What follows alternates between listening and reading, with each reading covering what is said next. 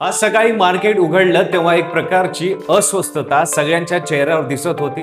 गुंतवणूकदार स्क्रीनवर लक्ष देऊन बसले होते आणि मग जे घडलं ते पाहून अनेकांच्या पोटात गोळा आला. सेन्सेक्स धडकून कोसळला. निफ्टी 50च्या आकड्यांनी खाली आली तर ट्रेडिंग स्क्रीनवर फक्त लाल रंगच दिसत होता. पण हे फक्त भारतात घडत नाहीये, तर जपान, कोरिया, हाँगकाँग, चीन एक एक करत जागतिक शेअर मार्केट धडकन कोसळलं आहे. कारण एकच आहे, इराण आणि इस्रायल मध्ये पुन्हा युद्धाचा भडका उडाला होता आणि त्या आगाची झळ थेट भारतीय गुंतवणूकदाराच्या खिशात जाणवत आहे. तर नेमकं काय घडलं, कसं घडलं आणि याचे परिणाम काय होणार, सविस्तर पाहू या व्हिडिओच्या माध्यमातून. नमस्कार, मी पंकज आणि तुम्ही पाहताय कसं काय. इराण आणि इस्रायल यांच्यातील वैर दशकांपूर्वीचा आहे, पण 2026च्या सुरुवातीपासून हा संघर्ष एका वेगळ्याच टप्प्यावर पोहोचला आहे. फेब्रुवारी-मार्च 2026 मध्ये अमेरिका थेट इराण विरुद्ध उतरली. अमेरिका, इस्रायल आणि इराण यांच्यात उघड संघर्ष सुरू झाला. जगाच्या एकूण तेल पुरवठ्यापैकी 20 ते 30% तेल जेथून जातं त्या होर्मुझच्या सामुद्रधुनीवर अमेरिकेनं नौदलाची नाकाबंदी सुरू केली. हे ऐकूनच जागतिक ऑइल मार्केटमध्ये भूकंप झाला. भारतासाठी हे मोठं संकट आहे, कारण भारत आपल्या एकूण कच्च्या तेलाच्या 85% आयात मध्य पूर्वेतून करतो. होर्मुझ सामुद्रधुनीतून येणाऱ्या जहाजांवर भारताची पेट्रोल, डिझेल, गॅस अवलंबून आहे. सोमवारी बाजार उघडल्यापूर्वीच GIFT निफ्टीने इशारा दिला होता. GIFT निफ्टी फ्युचर्स 23,093 अंकावर होता. म्हणजे आजचा दिवस बाजारासाठी चांगला नाही हे आधीच कळत होतं आणि बाजार उघडताच ती भीती खरी ठरली.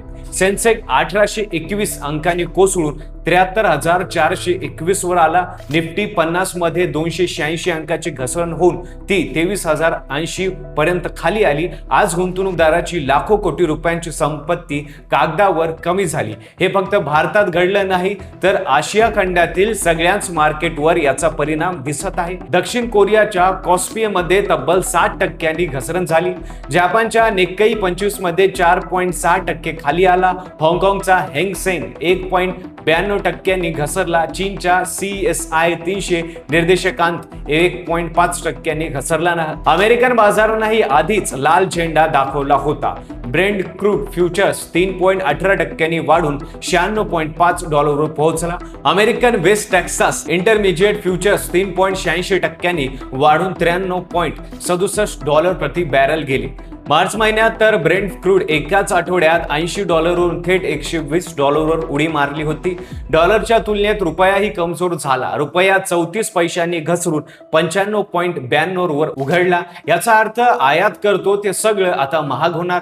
तेल, पेट्रोल महाग, डिझेल महाग आणि त्यामुळे बाजारातील जवळजवळ सगळ्या वस्तू महाग होतील. इकडे इराणच्या संसदेचे अध्यक्ष MB घालिबाह यांनी अमेरिकन नौदलाच्या होर्मुझ नाकाबंदीला आव्हान दिलं. इराणने इस्रायलवर क्षेपणास्त्राचा मारा केल्याची बातमी आली. या दोन्ही बाजूंमध्ये युद्धविराम अशक्य आहे असं दिसायला लागलं. भारतासाठी हे संकट दुहेरी आहे. एकीकडे तेलाच्या आयातीसाठी जास्त पैसे द्यावे लागणार, म्हणजे व्यापार तूट वाढणार. दुसरीकडे रुपया कमजोर होतोय, म्हणजे ती आयात आणखीच महाग पडणार. हे चक्र आहे आणि ही महागाई कमी करणे किंवा वाढवणे सरकारच्या हातात नाही. या सगळ्याचे कारण इराण इस्रायलचे यांचे युद्ध आहे. रिझर्व्ह बँकेने गेल्याच आठवड्यात रेपो रेट जाहीर करताना कोणताही बदल केला नाही. मात्र आर्थिक वर्ष 2026-27 साठी महागाईचा अंदाज वाढून 5.1% केला आणि GDP वाढीचा दर 6.6% आणला. म्हणजे एकाच वेळी महागाई वाढणार आणि आर्थिक वाढ मंदवणार असं चित्र आहे. या दुहेरी संकटाला अर्थशास्त्रात स्टॅगफ्लेशन असं म्हणतात. आता एक धक्कादायक गोष्ट अशी की भारत आपल्या कच्च्या तेलाच्या 85% गरज मध्य पूर्वेत भागवतो, हे आपण नेहमी ऐकतो. पण या संकटात अजून एक गोष्ट समोर येत आहे, ती म्हणजे भारताकडे फक्त 18 दिवसाच्या कच्च्या तेलाचा साठा आहे. आंतरराष्ट्रीय ऊर्जा एजन्सीच्या म्हणण्यानुसार हा साठा 90 दिवसांचा असावा हवा, म्हणजे आपल्याकडे गरजेपेक्षा खूप कमी साठा आहे. होर्मुझच्या सामुद्रधुनीतून दर दिवशी जगाच्या तेलापैकी 30% तेल जातं. ती सामुद्रधुनी बंद झाली तर भारतात जवळ पर्याय शोधायला फक्त 18 दिवसाचा वेळ आहे. हे संकट इतकं मोठं आहे की भारताने 7 वर्षांनंतर इराणकडून थेट कच्च्या तेलाची खरेदी सुरू केली.